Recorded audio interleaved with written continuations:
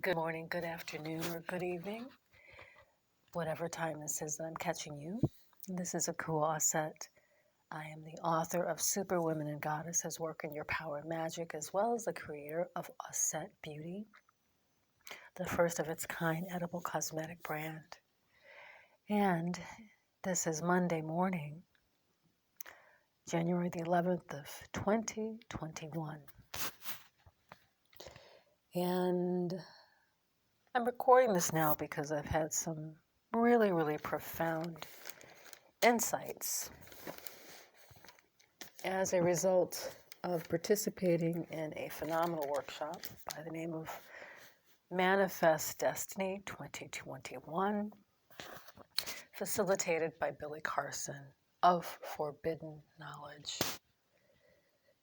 And so the exercise that I did this morning was a rewriting our RNA. People speak about DNA, but the RNA is actually where we hold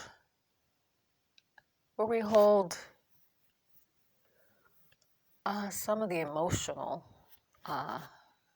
things that have occurred in our lives, not only from this life, but from previous lives, things that are passed down through DNA, epigenetics. And it is along the lines of what people talk about or refer to when they speak of shadow work.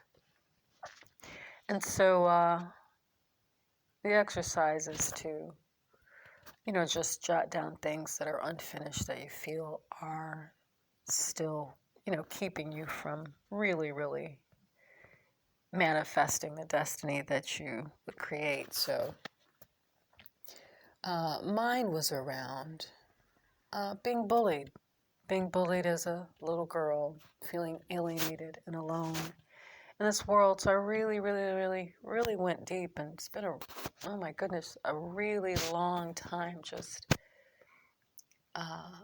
looking through every single era of my life, and got the opportunity to really identify some beautiful, beautiful people in my life that have been compassionate and nurturing and have had my back.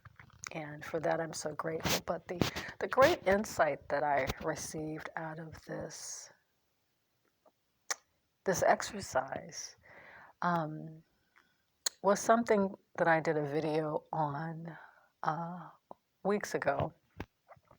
And it was just about the challenge for some women, people, but specifically women, to be able to take correction. And one thing that I know, and I learned as a parent, I was studying a book on parenting when I was a young mother, and it said that in order to have to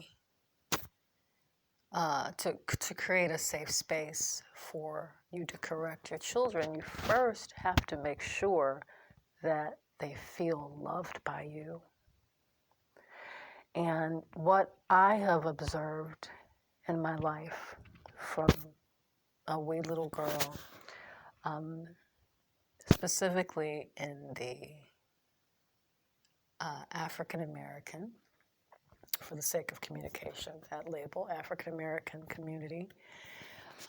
This may exist in other communities as well, I'm sure it does, but my experience is growing up African American girl on the south side of Chicago in the United States. And what I observed and am reviewing, even in media, I remember watching Good Times and just thinking, really not liking the way that these siblings would ridicule and just talk down to each other. And as I review my experiences going to school in the south side of Chicago and dealing with bullying and then moving to the south suburbs, it's something consistent that I saw within our culture, and that is to ridicule, make fun of, bully, just a lot of negative talk. And in addition to that, many of us have had parents that were not in a position to stay home and to really nurture us the way that we need to be nurtured, especially as just a little wee one, just here in the world, vulnerable to be taking care of someone else. Many of us never got that nurturing. And many of us certainly did not get compassion. Many of us received ridicule or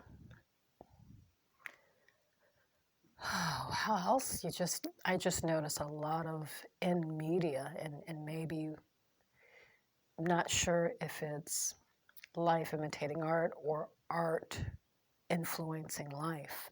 But I have noticed that oftentimes we don't talk well to each other. We're not inspiring and motivating and supportive and aligned, and but on the other hand, we can be very cutting and mocking and just very destructive in our speech to each other. So then it makes so much more sense now with my generation and the generation following ours that many of us have grown up with very distracted, hard-working mothers and fathers, and some of us only mothers that barely had the time to make sure she got what she needed. But as a result, perhaps we felt alone, and we didn't get the nurturing and compassion. Because if you're being ridiculed and talked down about, whether it's family members, friends, just people at school, there's no compassion there. And so it's nurturing and compassion that really develops a sense of esteem and a sense of confidence and feeling rooted and feeling that you're part of something. And so I'm really seeing that it makes so much sense that we're so focused on self-care. And really, by the time we're adults, we should be in a position where we're, as my mentor says, teaching others to take care of us and nurture us and give us compassion.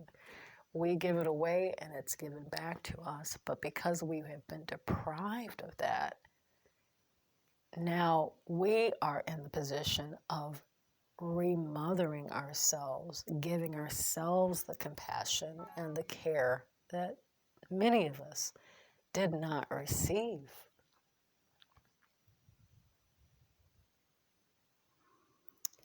And so it all makes sense. So going back to the child and being able to correct the child, well, many of us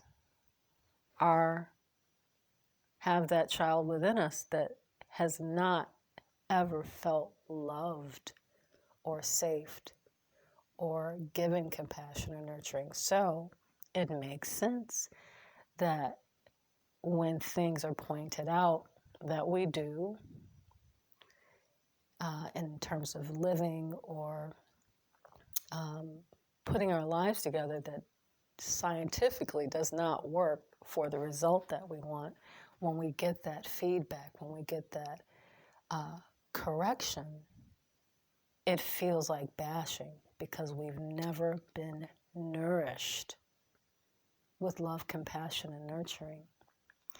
So it makes so much sense that for me, this would be the work that I'm in now, and that is to inspire and provide healing beauty rituals for the community, because on some level,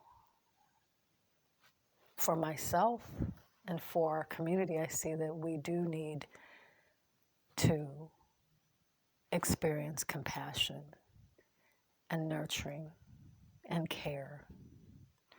So it seems that it's time to give that to ourselves and give it to others. And as we give it to ourselves and give that love, compassion, and nurturing to others, we will receive it. We will create little communities, families, where we are able to just take care of each other.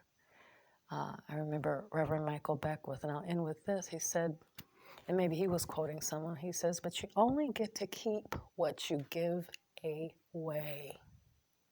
You only get to keep what you give away. You only get to keep what you give away. Thank you for listening.